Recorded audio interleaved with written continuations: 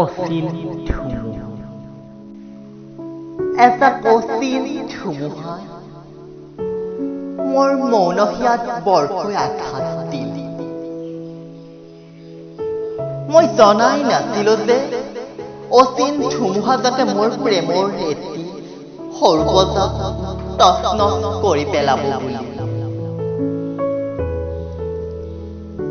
মোৰ কেতিয়াবা মন যায় ধুমুহাৰ লগত খেল কৰিবলৈ, কিন্তু ধুমুহাজাকে উৰুৱাই নিব বুলি ভয় লাগে। কেতিয়াবা ভাবো ধুমুহাজাকে ক্ষতি কৰা মোৰ প্ৰেমৰ ক্ষতিপূৰণ বিচাৰি যাওঁ, কিন্তু বহু ভয় লাগে।